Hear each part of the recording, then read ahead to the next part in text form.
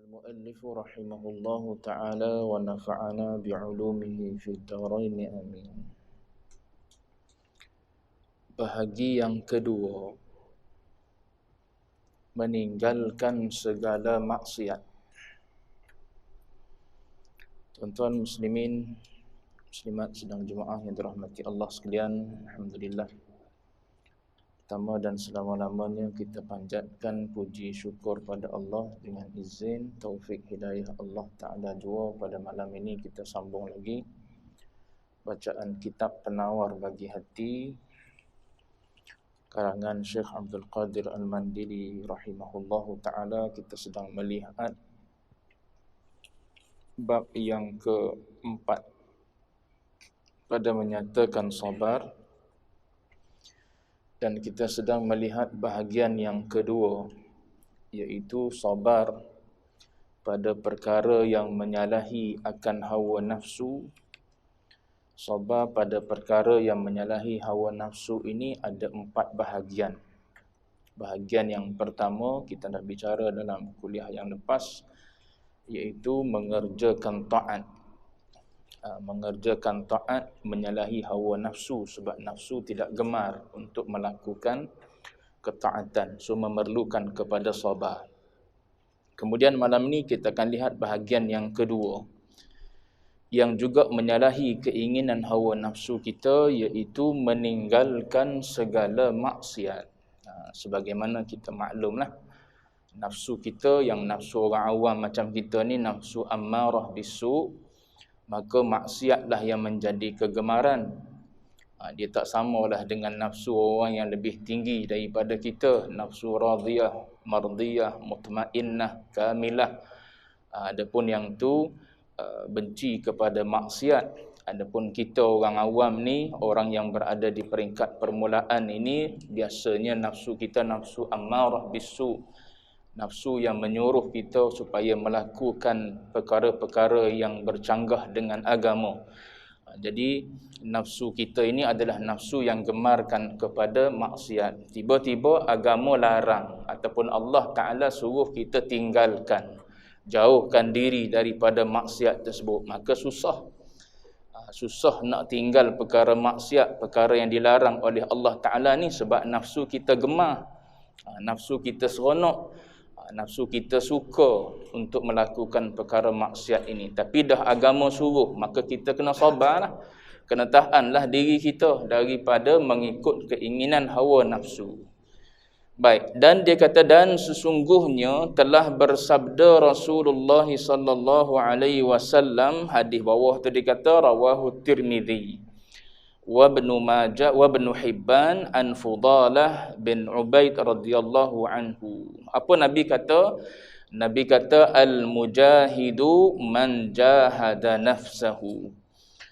Bermula, yakni bermula orang yang berperang. Bermula yang berperang tu maknanya bermula orang yang berperang itu, mereka yang memerangi ia mereka akan nafsunya. Itu orang yang berperang, orang yang digelar sebagai mujahid yang sebenar-benarnya. Yang ni yang disebutkan oleh Nabi jihadul akbar, jihad yang lebih besar berbanding dengan jihad melawan manusia yang kafir, yang musyrik, yang menentang agama Allah Ta'ala. Sebab apa? Sebab jihad melawan orang kafir yang kita nampak ni lebih mudah berbanding dengan jihad nak melawan hawa nafsu yang kita tak nampak, yang duduk di antara dua lambung kiri dan kanan kita. Yang ni susah. Dan kita boleh lihat sendiri berapa kali kita kalah dengan apa? Dengan melawan dengan hawa nafsu kita ni. Jadi itulah yang dikatakan sebagai jihad yang disebut oleh baginda Nabi, iaitu orang yang berjihad ini ialah orang yang melawan keinginan hawa nafsunya. Sedangkan nafsu ni sepatutnya dia adalah tawanan kepada tuannya. Nafsu yang ada dalam diri kita ni adalah sepatutnya dia merupakan seperti orang tawanan pada kita. Orang tawanan ni maknanya ibaratnya duduk dalam penjara lah. Perumpamaan yang Baba bagi ialah seperti seorang isteri. Sebelum dia jadi isteri, bebas dia nak ke mana pun. Ketika dia belum bergelar seorang isteri, maka dia nak ke mana-mana dia boleh pergi. Bila-bila masa pun dia boleh pergi. Dia nak keluar dengan kawan dia malam, dia boleh keluar. Ayah dia izin, dia boleh keluar lah. Dia nak pergi ke mana-mana hari Minggu, Sabtu, Ahad dan sebagainya. Tak kira masa, ayah dia izin, dia boleh keluar lah. Tapi bila dia dah jadi isteri kepada seorang lelaki, dia bergelar seorang suami, dia ibarat seperti orang tawanan kepada suami dia. Nak ke mana-mana kena minta izin. Nak puasa sunat pun kena minta izin. Nak buat benda-benda sunat kena minta izin dengan suami dia. Cuma tu secara umum lah minta izin tu, tapi secara mudah kita maknanya kalau bila soal bila perkara sunat tu tak ada lah seorang suami tu tak membenarkan isteri dia buat. Cuma dari sudut adab minta izin lah. Saya nak puasa bulan Rejab ni, Isnin dan Khamis, ataupun saya nak puasa 13, 14, 15 Ayyamul Bid, bulan Rejab, bulan Sya'ban, sebab bulan lain tak puasa dah. Tu dari sudut adab kena minta izin lah. Dan biasanya seorang suami tak ada masalah pun bila seorang isteri tu nak melakukan ibadat pada Allah Ta'ala. Sebab setiap ibadat yang isteri buat tu mesti seorang suami yang mengizinkan itu dapat pahala juga, walaupun si suami tu tak puasa pun. Si suami tu orang yang malas puasa tapi dia mengizinkan orang melakukan ibadat, maknanya dia dapat juga saham mengizinkan isteri dia untuk melakukan ibadat, menyokong ibadat itu. Jadi perumpamaannya nafsu ni sepatutnya macam-macam orang tawanan. Seorang tawanan ni duduk dalam penjara lah, dia tak boleh bebas. Tapi nafsu kita ni macam bebas je. Dia nak suruh kita buat maksiat pun kita ikut, dia suruh kita tinggal perkara taat pun kita ikut, macam dia pula jadi tuan pada kita. Tu yang saya sebut dalam satu kuliah syair yang disebut oleh Al-Imam Al-Busiri. Al-Imam Al-Busiri mengatakan an-nafsu katifli. Nafsu ini seperti anak-anak kecil. Intuh milhu, kalau engkau biarkan dia, anak-anak kecil yang menyusu ni, setahun 2 tahun umur yang menyusu ni, kata Al-Imam Al-Busiri, intuh milhu, kalau engkau biarkan dia, syabba ala hubbir radha, dia akan terus-terusan menyusu. Dia tak akan berhenti daripada menyusu tu. Sebab tu ada orang lebih daripada 2 tahun pun masih menyusu badan mak dia lagi. Kalau dia tak menyusu badan mak dia pun, dia menyusu Dia menyusu botol. Masuk sekolah tadika pun bawa botol lagi di tepi beg tu, letak kat tepi tu, isap botol lagi sampai gigi pun rosak. Sebab apa? Isap botol. Sampai gigi gigi susu dia tu jadi rosak lah, jadi punah. Disebabkan oleh puting susu tersebut. Tusyabba ala hubbir radha. Kalau kita terus biarkan dia akan menyusui tu. Padahal umur 5 tahun, 6 tahun, 4 tahun tu dah pandai, dah minum di gelas kalau kita ajar. Sebab tu dia kata, kalau engkau biarkan maka dia akan terus menyusu. Tapi wa in tuftimhu, kalau engkau pisahkan dia daripada menyusu tu, yanfatimu, dia akan berhenti daripada menyusu tu. Begitulah juga kata Imam Al-Busiri, maka hendaklah engkau berhati-hati dengan hawa nafsumu, jangan sampai dia menguasai diri kita. Bila orang tawanan yang sepatutnya jadi tawanan, dia pula yang kuasai kita.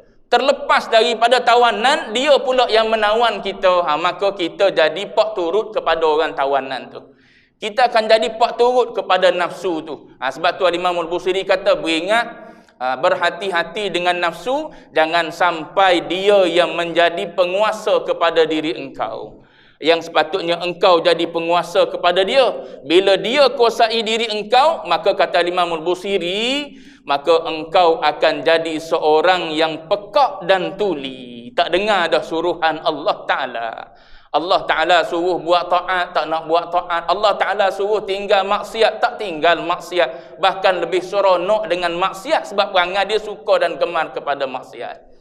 Gitu bila orang tu dicucuk hidungnya oleh hawa nafsu dia. Baik. Dan sabar daripada maksiat itu lebih sukar daripada sabar atas mengerjakan taat. Disebut yang dulu ni maknanya lebih mudah berbanding dengan yang kedua ni, nak meninggalkan maksiat. Lebih-lebih lagi ada 3 syarat depan disebut, nanti disebut 3 syarat depan tu.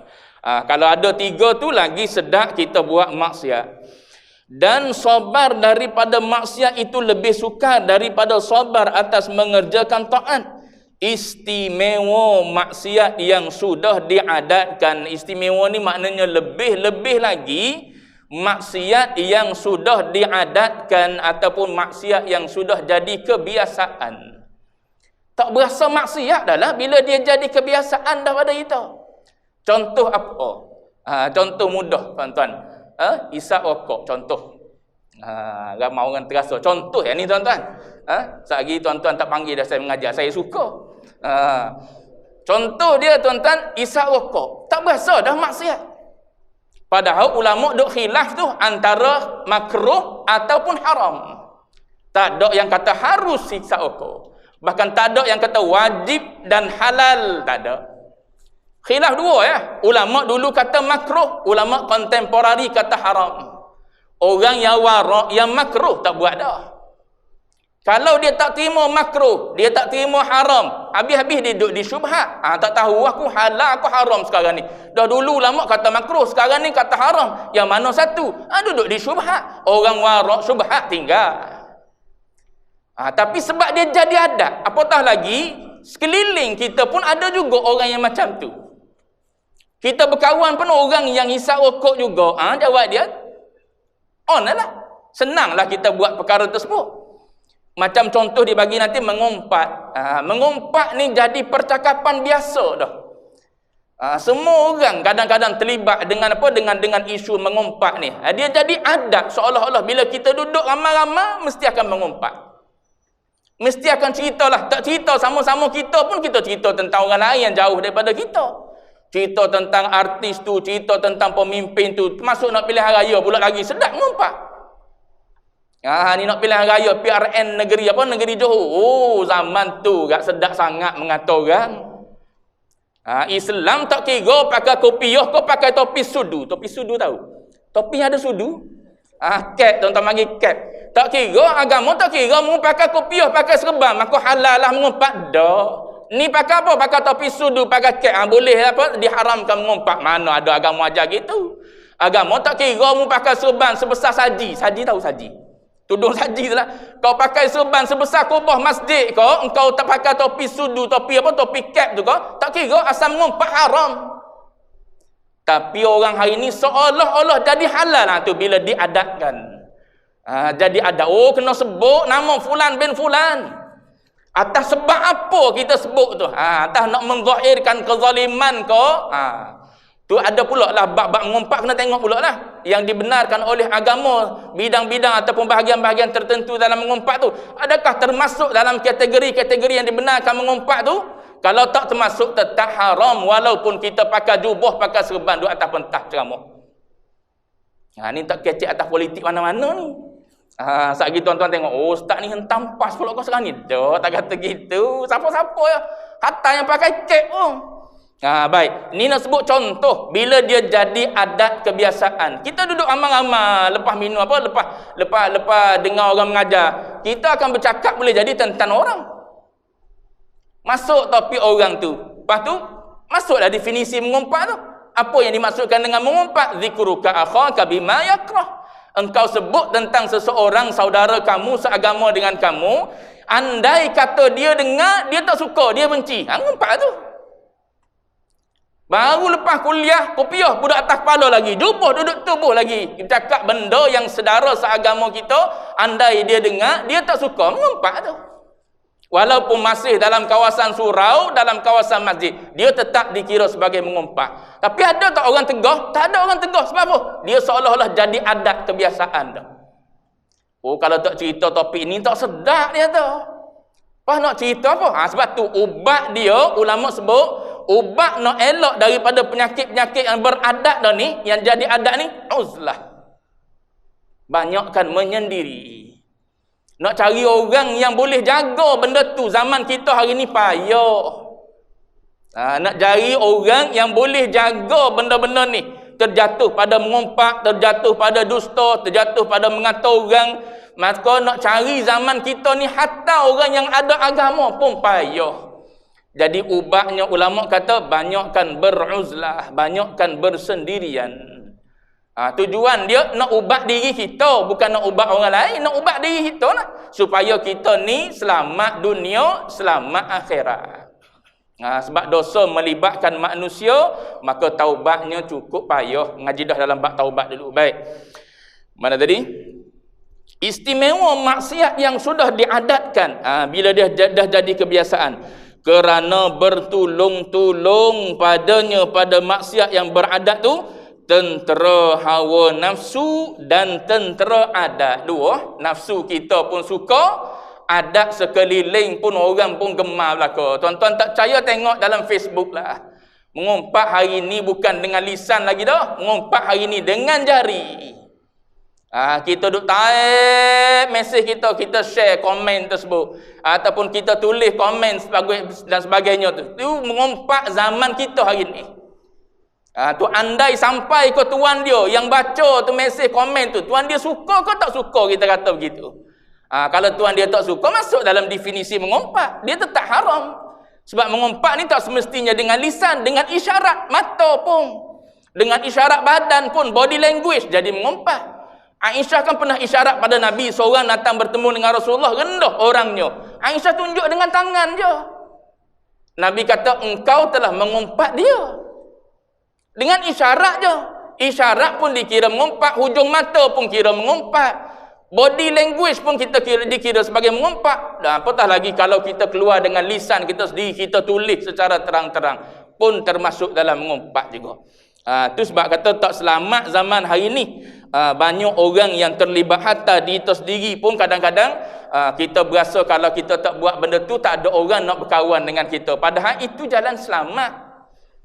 Itu jalan selamat kita. Sebab apa? Kalau kita tak sebut sekalipun, kita tak bercakap sekalipun, orang lain je duk cerita, kita hanya mendengar je. Hadis Nabi sebut, al-mustami' syarikul mutakallim. Orang yang mendengar berkongsi dengan orang cerita. Saya tak ada cerita apa, saya duk dengar je, tak ada tambah apa. Tak ada tambah perisa lagi, dah sedap dah orang duk cerita tu. Siapa kita dengar orang yang bercakap tu? Sebab apa? Kalau kita tak tumpang dengar, orang tu pun tak cerita. Tapi sebab ada kita yang mendengar, dia boleh cerita. Cuba kalau kita bangun pergi, start jadi nak cerita nama fulan bin fulan, kita pun akak punggung balik, maka dia pun tak boleh nak cerita. Buat 10 kali gitu, dia tahu, rupa-rupanya dia tak nak dengar, tak nak duduk. Sebab apa? Sebab topik kita mengumpat. Tu kena jaga zaman kita hari ni. Itulah biasanya topik yang menyeronokkan. Sebab tu orang-orang yang tak nak duduk, tak nak terlibat dengan mana tu, dia tak nak duduk dengan orang ramai. Dia lebih suka menyendiri, dia seorang dia lah. So dia tak ada dosa dengan manusia. Dia selamat dunia, lebih-lebih lagi selamat di akhirat. Baik. Tu jalan dia, ulama sebut beruzlah. Mana tadi? Kerana bertulung-tulung padanya pada maksiat adat tu, tentera hawa nafsu dan tentera adat, maka jika berhimpun kepada keduanya, yakni tentera hawa nafsu dan tentera adat tu, bertemu pula dengan satu lagi, oleh mudah mengerjakan maksiat tu pula, nescaya tiada sabar daripadanya, daripada maksiat tu, melainkan as-siddiq. Tambah pula yang ketiga, mudah pula nak buat. Contoh, kalau saya bagi contoh rokok tadi, tentera hawa nafsu suka sebab benda tu dilarang oleh Allah, dilarang oleh agama. Lepas tu ada pula masyarakat kita, tak ada siapa kata salah, tak ada siapa larang pun, kecuali budak sekolah ya, tu pun cikgu je larangnya. Mak ayah pun tak tahu dah benda yang berlaku pada anak dia, sebab berlaku di belakang. Maka mudah pula benda tersebut berlaku dengan maksud kalau kita ni ada duit pula. Kalau tak ada duit, payah nak buat. Nak boleh beli sekotak harga dia berapa? RM10 kau. Mahal lagi saya tak tahu harga dia, boleh jadi mahal lagi. Nak beli sekotak tu katakanlah harga dia RM20. Kalau orang tak ada duit, nak beli macam mana? Tu yang semalam tuan-tuan tengok viral, macam mana anak tendang ayah tiri tu, sebab nak dapatkan RM50 dapat RM10 je, nak beli dadah. Sebab nak beli dadah, sanggup buat belaka tu, tambah lagi lah maksiat dia. Dia nak buat tu benda maksiat dah, dengan orang pula dia tendangnya. Maksiat atas maksiat tu. Kalau tak taubat kira macam mana? Kalau tak taubat, Gigi naik motor meninggal situ. Tak taubat. Banyaknya dosa dan maksiat. Nak elok tu. Nak elok benda-benda maksiat yang lebih banyak lagi berlaku. Apatah lagi kalau senang. Orang senang ni tuan-tuan, bukan setakat contoh rokok lah. Orang berzina. Kalau dia ada duit, dia boleh berzina. Dia duduk dengan apa? Dengan orang-orang jenis tak kisah berzina, tak berzina, minum arak, tak minum arak dan sebagainya. Ada kebiasaan dia duduk di sekeliling tu dah biasa dah. Alah, biasalah kita minum malam-malam minggu. Bagi dia biasa. Pas nafsu memang setujulah bila minum arak, bila berzina, tambah-tambah lagi dosa. Lepas tu dia orang kaya pula, ada duit pula. Lagi mudah. Kita ni nak berzina, mikir duit tak ada. Nak cari yang RM10, jawab dia kena lelaki. Tu contoh. Oh, aku nak juga. Berapa RM10? Tengok-tengok lelaki rupanya. Tak ada. Orang ada duit, dia boleh bayar yang first class, yang VVIP punya lagi. Batu pula di tempat yang tak ada siapa-siapa tahu. Dah jadi kebiasaan dah pada dia. Tu bila bertemu tiga tu maka lagi susah nak sabar.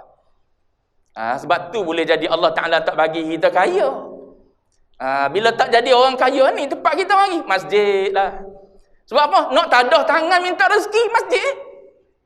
Bila dah kaya tak kenal lah masjid. Aku dapat dah rezeki banyak dah. Sebab tu almarhum Syekh Fahmi selalu sebut gitu. Allah Ta'ala ni tak kayakan kita ni sebab ni lah. Sebab dia nak suruh kita ni orang yang melazimi masjid, melazimi tempat mengaji. Kita ni kalau jadi orang kaya boleh jadi tak mengaji dah. Dia kata, tu Syekh Fahmi selalu ulang perkataan tu.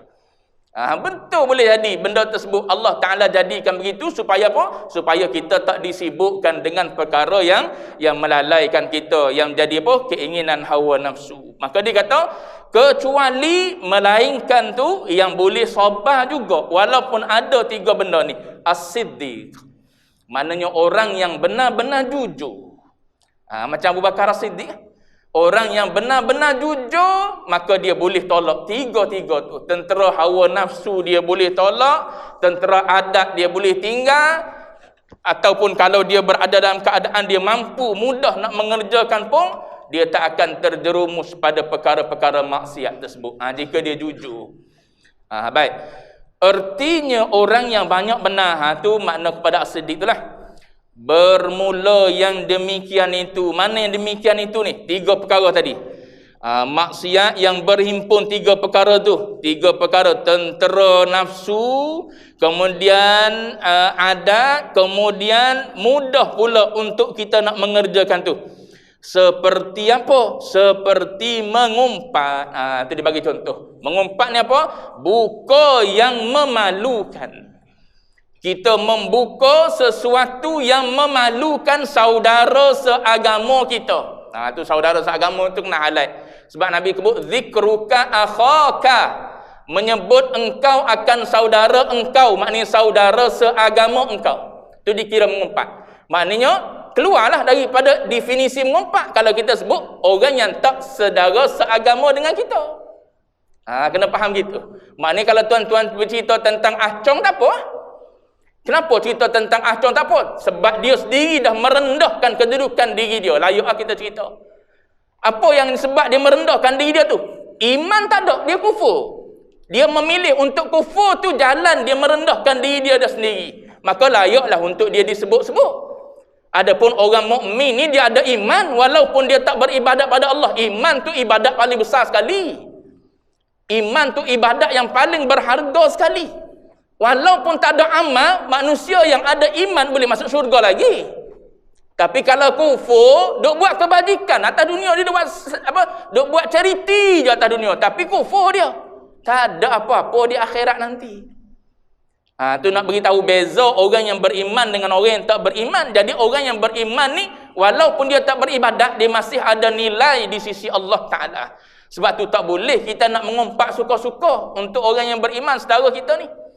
Maka dia bagi contoh situ mengumpat. So mengumpat kita boleh tengok betul-betul berlaku dalam masyarakat kita. Hawa nafsu kita pun suka bercakap bab tu. Dia dah jadi macam adat kebiasaan. Orang tak rasa itu sebagai satu kesalahan dah. Lepas tu mudah sangat-sangat kita nak bercakap tentang orang ni. Zaman hari ni mudah, sangat-sangat mudah. Buka saja Facebook akan bertemu lalu satu isu. Hari ni isu apa? Isu orang yang bunuh diri. Bunuh diri kau? Yang bakar tu. Sebab putus cinta. Dia bakar kereta, dia bakar diri dia. Meninggal lah. Asalnya tak meninggal. 96% daripada tubuh dia melecur. Kemudian meninggal. Tak tahu siapa lagi tu. Duk mengompak dah bawah tu. Duk caci, duduk hina, duduk negatif semua dah. Tahu-tahu Cina. Cina pun tak tahu lagi Muslim tak Muslim. Cina ni bangsa agama lain pula. Tapi nak beritahu orang komen dah bawah tu. Tuan-tuan boleh baca lah. Tengok dalam Facebook tu. TV Al-Hijrah duduk share. Petang tadi meninggal dah. Cuma saya nak sebutnya terlalu mudah. Sebab kita ada alat-alat tersebut. Tangan kita pun mula-mula gatal nak tarik mesej. Nak tulis jugalah rasanya. Tu kita, perangai kita. Petah lagi dalam WhatsApp group. WhatsApp group yang banyak lagi. Kadang-kadang daripada WhatsApp group yang umum tu, dia pula WhatsApp group 2-3 orang. Sebab apa? Tak sedap cakap dalam tu. Kita buat WhatsApp group kita 2-3 orang. Sebab apa? Nak mengumpat. Dia panggil. Tu mudahnya nak bagi tahu. Dan berdusta. Dusta ni apa? Dusta ni mukhalafatul khabar lil waqi'. Tu dusta. Kita bercakap sesuatu yang tak serupa dengan realiti. Itu definisi dusta. Mukhalafatul khabar, benda yang kita bagi tahu tak serupa dengan realiti. Itu dikira sebagai berdusta. Ramailah orang hari ni dalam keadaan bergurau, jawab dia banyak berdusta lah. Dalam bergurau. Cuma kita dah bincang dalam bab berdusta dulu. Sekadar dusta tu dia tak menentukan itu dosa besar lagi. Tengok pula mudarat tak mudarat.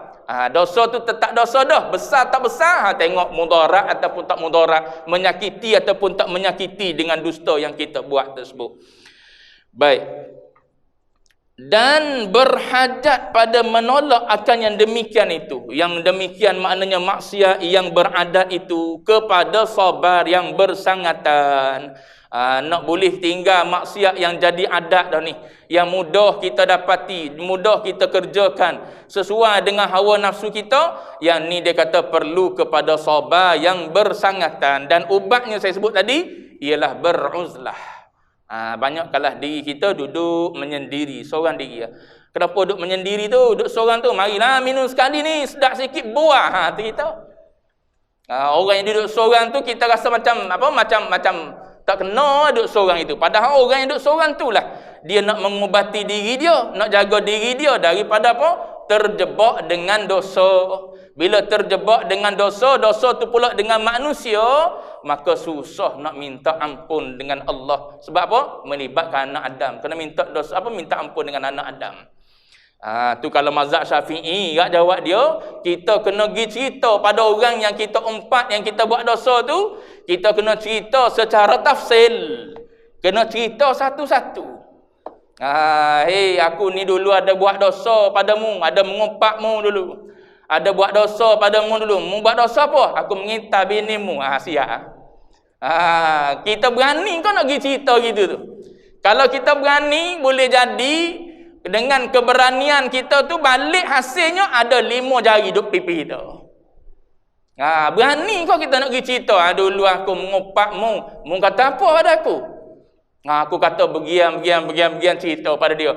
Tu kalau dia ni jenis tidak panah barang, jawab dia selamat kita. Tapi kalau dia jenis panah barang, boleh sakit saja. Kita free. Boleh sakit. Sebab Syafi'i kata minta maaf dengan anak Adam mesti cerita. Apa kesalahan yang kita buat? Cuma nasib baik ada qaul dalam mazhab Malik. Mazhab Malik kata tak apa, cerita secara umum, secara ijmal tak apa dah. Tu yang kita duk buat tu, pakai mazhab Malik tu. Hari raya kita duk cerita tu. Kosong-kosong antara kita dua. Kosong-kosong lah. Padahal kita nak highlight aku mengumpatmu dulu. Aku buat salah gini dulu pada engkau. Tapi nak cerita mesti orang tu marah. Maka kita pun kata kosong-kosong, ambil pendapat Malik. Tu nak selamat diri tu. Minta maaf di hari raya tu. Setahun sekali minta maaf. Tapi bagi Babak dia kata khilaf itu adalah rahmah. Khilaf tu bukan dia nak suruh kita ambil dengan cara mudah. Pakai ambil yang Malik lah kalau gitu. Tak. Bagi kita yang nak jaga diri kita daripada terjebak dengan dosa-dosa yang melibatkan anak Adam ni, kena pakai yang mazhab Syafi'i. Supaya apa? Supaya kita beringat bila kita nak buat dosa dengan anak Adam je, kita mikir, payah ni, kita nak kena minta maaf dengan dia. Lepas tu kita nak kena cerita satu-satu pada dia ni, apa salah yang kita buat pada dia. Sebab kalau tak buat gitu, jawab dia, tak maaf. Tu kalau kita nak jaga diri kita daripada terjebak.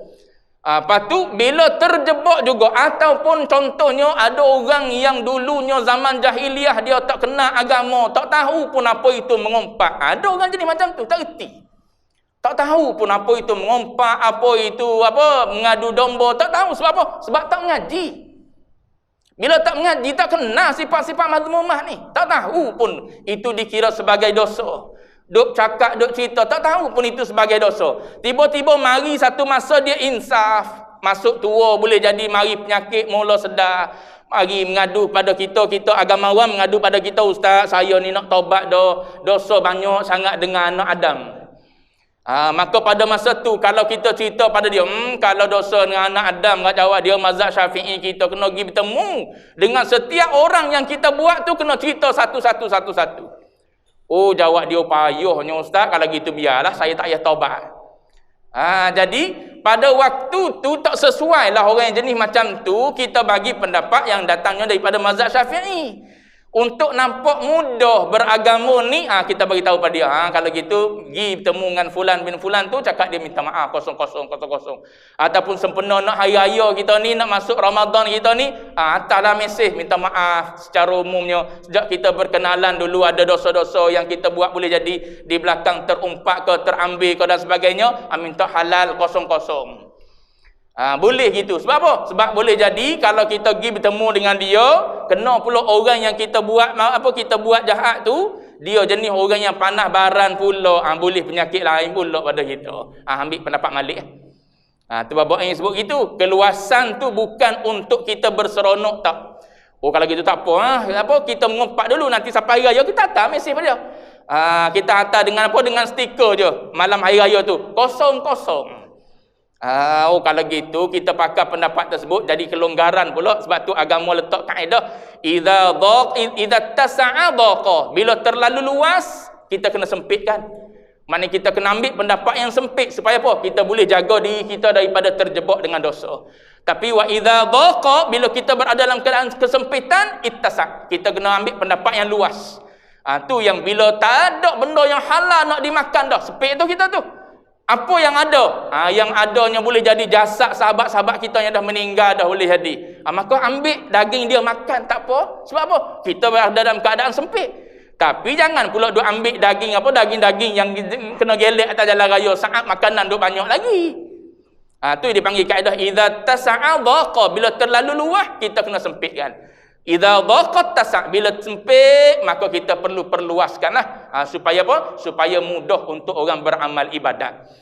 Baik. Jadi kaedah ataupun cara kita nak jaga diri kita daripada terjebak dengan penyakit dengan maksiat yang ada 3 unsur ni, 3 ciri ni, dengan beruzlah, mengasingkan diri. Baik.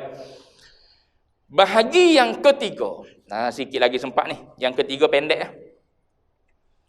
Bahagian yang ketiga, tadi maksiat, yang ni yang ketiga, barang yang tiada bersangkut paut dengan ikhtiar hamba. Yakni ikhtiar tu usaha hamba. Tetapi bagi hamba ikhtiar pada menolaknya. Ni penyakit ni sabar bentuk yang ketiga. Yang ketiga ni, barang yang tiada bersangkut paut dengan ikhtiar, yakni dengan usaha hamba. Tak ada kena mengena dengan usaha seorang hamba tersebut. Tapi dia kata bagi hamba tu ikhtiar, ada usaha untuk menolaknya. Seperti apa? Nak mudah faham.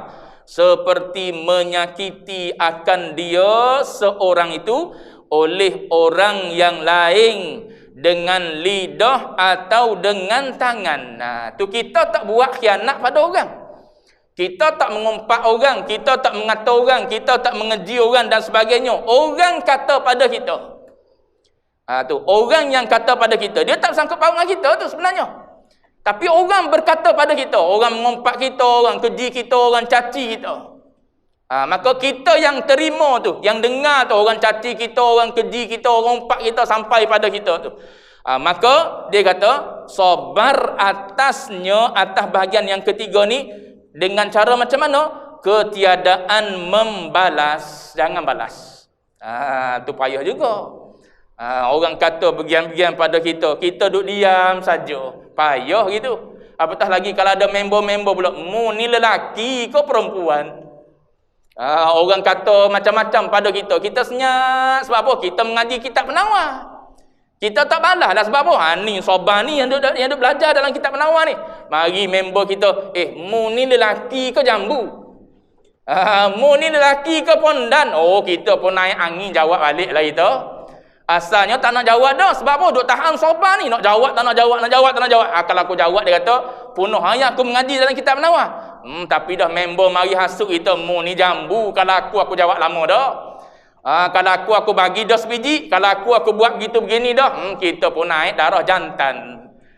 Mula bersilap lah kita, mula keluar lah di mulut kita.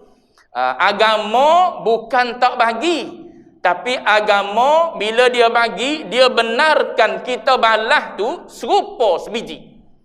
Maknanya kalau orang lontarkan pada kita dengan perkataan sepatah, kita jawab sepatah. Dan tak berlaku lah pada kita. Orang kata kita gila gak, kita kata orang gila babi. Dua patah kita.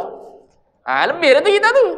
Orang kata sepatah je, orang kata kita gila je. Kita kata mu gila babi, tiga dah kita. Sebab tu agama ajar jangan balas. Untuk selamat. Sebab apa? Kalau kita balas tiga, dua lagi didakwa. Dua lagi tunggu didakwa di akhirat. Sebab apa? Dia kata sepatah gila. Patutnya kita jawab gila juga, paling tidak. Kalau satu sama satu tak apa. Orang penampar kita satu tangan je, kita penampar kapek dua-dua. Sampai tuli telinga orang tu, tak tahu nak keluar kok mana pendengaran dia. Sebab apa? Kita penampar dua tangan. Maknanya yang satu lagi akan didakwa. Sebab tu agama ajar tak payah balas lah. Sebab apa? Bila kita balas, jawab dia mesti akan lebih daripada had ataupun qada yang orang buat pada kita. Sebab tu dia kata sabar dalam masalah ni, dia kata dengan ketiadaan membalas. Mana dia ambil ni? Telah berfirman Allah Ta'ala dalam surah apa? Surah Ibrahim ayat berapa tu? 13. Kata Allah, wala nasbiranna ala ma adzaitumuna. Artinya, dan demi Allah selagi akan sabar oleh kami tu siapa? Sekalian Rasul tu, atas menyakiti kamu sekalian umat, kami akan sekalian Rasul tu. Sini Allah Ta'ala cerita tentang Rasul-Rasul, tapi bagi kita umat ni kena ikut.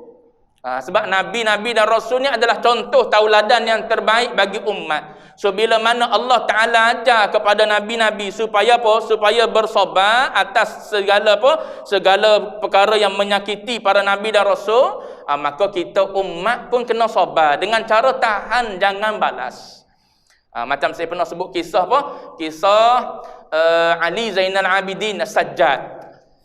Ali Zainal Abidin As-Sajjad ni cucu cicit Rasulullah.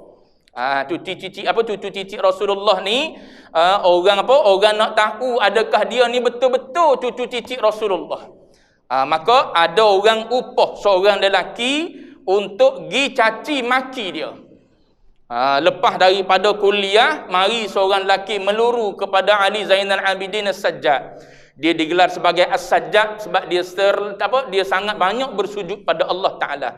Jadi meluru lelaki tersebut mari. Bila sampai bertemu dengan Ali Zainal Abidin As-Sajjad dia, maka dia kata, engkau Ali Zainal Abidin As-Sajjad? Ya, dia kata. Maka dia pun start cacian dia.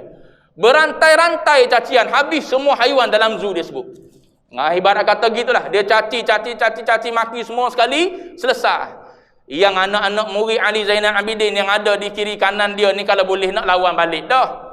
Nak jawab balik apa yang disebut tu. Tak betul berlaku apa yang kau sebut tu. Tapi Ali Zainal Abidin kata, biarkan dia.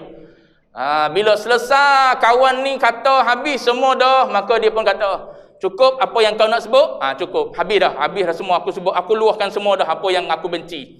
Maka dia kata, apa yang engkau sebutkan tadi, dia kata, fiya. Apa yang kau sebutkan tadi, kau kata aku gila, kau kata aku bodoh, kau kata aku begini, semua tu dia kata fiya, ada padaku. Dan dia tambah lagi, wa ma khafiya anka a'zam, dia kata, bahkan apa yang kau tak tahu tentang aku jauh lebih besar daripada tu lagi. Tu tengok orang tak ada rasa apa. Aku apa yang kau sebut tadi, ya semua. Kau kata aku jahil, ya aku jahil. Kau kata apa, aku bodoh, ya aku bodoh. Mu kata apa lagi, gila, ya aku gila. Semua yang kau sebut tak ada padaku. Dan wa ma khafiya anka a'zam, bahkan apa yang kau tak sebut dengan sebab kau tak tahu tentang aku, itu jauh lebih besar lagi. Jauh lebih banyak lagi kekurangannya. Kalau kita nak faham dengan makna kekurangan, cara dia merendah diri pun boleh. Wa ma khafiya anka a'zam, kemuliaan yang ada pada aku yang kau tak tahu jauh lebih banyak lagi pun boleh juga kita nak faham macam tu. Cuma kita faham dengan nada tawaduk dia, tak ada masalah pun. Orang nak kata apa-apa pun, tak ada kesan pun pada aku. Tak ada kata dengan sebab kau caci maki maka aku jatuh hina dina dengan sebab kau caci maki, tak. Bila apa dijawab oleh Ali Zainal Abidin As-Sajjad begitu, tak ada rasa nak marah apa, tak ada nak balas balik. Maka dia kata, benarlah engkau adalah keturunan Rasulullah. Lalu ditanya, kenapa engkau berbuat demikian? Dia kata, aku sebenarnya diupah untuk mencaci maki engkau, untuk mengetahui engkau ni betul ke tidak ni duk dakwa yang kau ni keturunan Rasulullah. Jawab Ali Zainal Abidin, dia kata, kenapa engkau tak bagi tahu padaku? Kalau engkau bagi tahu padaku, tak payah ambil upah tu, engkau ambil duit daripada aku. Dia pun ambil duit dia bagi. Bukan senang nak cari orang buat jahat pada kita, kita boleh bagi hadiah pula pada dia. Ni orang yang boleh sabar. Payah ni nak sabar lagi ni. Sebab tu dia kata menahan diri daripada membalas. Tu jenis kesabaran yang perlu kita buat dalam bentuk yang macam ni. Yang kita tak minta dia duk mari buat kepada kita. Tu jangan balas, kata agama. Kalau nak balas juga, balas dengan sama, dengan dengan serata. Maknanya kalau dia dengan tangan, qadar mana dia jentik, dia tampar kita. Payah kata nak nilai tu. Dia tampar kita dengan katakanlah beratnya tamparan tersebut 100 gram. Maknanya dengan 100 gram juga. Biar singgah di pipi dia tu dengan 100 gram juga. Payah gitu. Baik kita tak payah balas. Lepas tu payahlah duduk dalam masyarakat gitu. Mesti orang kata kita dayus. Orang kata kita ni jambu. Orang kata kita pondan lah. Tu orang akan kata. Tapi kita nampak yang besar laginya bila kita balas, jawab dia di akhirat tu tak selesai. Tak selesai di akhirat, payahlah. Cara apa perbicaraan dia. Baik. Mana tadi? Habis itu. Dan demi Allah selagi akan sabar oleh kami, yakni sekalian Rasul tu, atas menyakiti kamu, yakni sekalian umat, akan kami, akan sekalian Rasul. Tu dalil yang mana Allah Ta'ala ajar para Nabi ni supaya tidak membalas. So begitulah juga umat dia kena ambil pengajaran daripada Rasul ni. Tak membalas kejahatan dengan kejahatan. Zaman kita hari ni banyaklah orang buat gitu. Kejahatan dibalas dengan kejahatan. Patutnya kejahatan tak dibalas dengan kejahatan. Orang kata kita Wahabi, ikut dia. Dia nak kata kita Wahabi. Betul ke kita Wahabi ke tidak? Kita tahu kita Wahabi ke tidak. Tu macam Piu Faiz ni orang pondok, tapi kadang-kadang dia menjawab seolah-olah macam duduk sebelah Wahabi. So orang kata dia Wahabi, apa kesannya? Tak ada kesan apa. Cuma kita ni tak boleh lah dengar orang kata orang nak balas jugalah kita. Baik, bahagian yang keempat akan datang insya-Allah. Sekali lagi habis kot bab sabar ni. Bahagian yang keempat, barang yang tiada masuk ia sama sekali di bawah ikhtiar hamba. Semua tu atas iradat Allah Ta'ala. Mati contoh dia, mati kekasih. Yang ni payah juga nak sabar. Ini yang paling besar sekali pahala dia. Akan datang insya-Allah. Wallahu a'lam wa ilmuhul atam.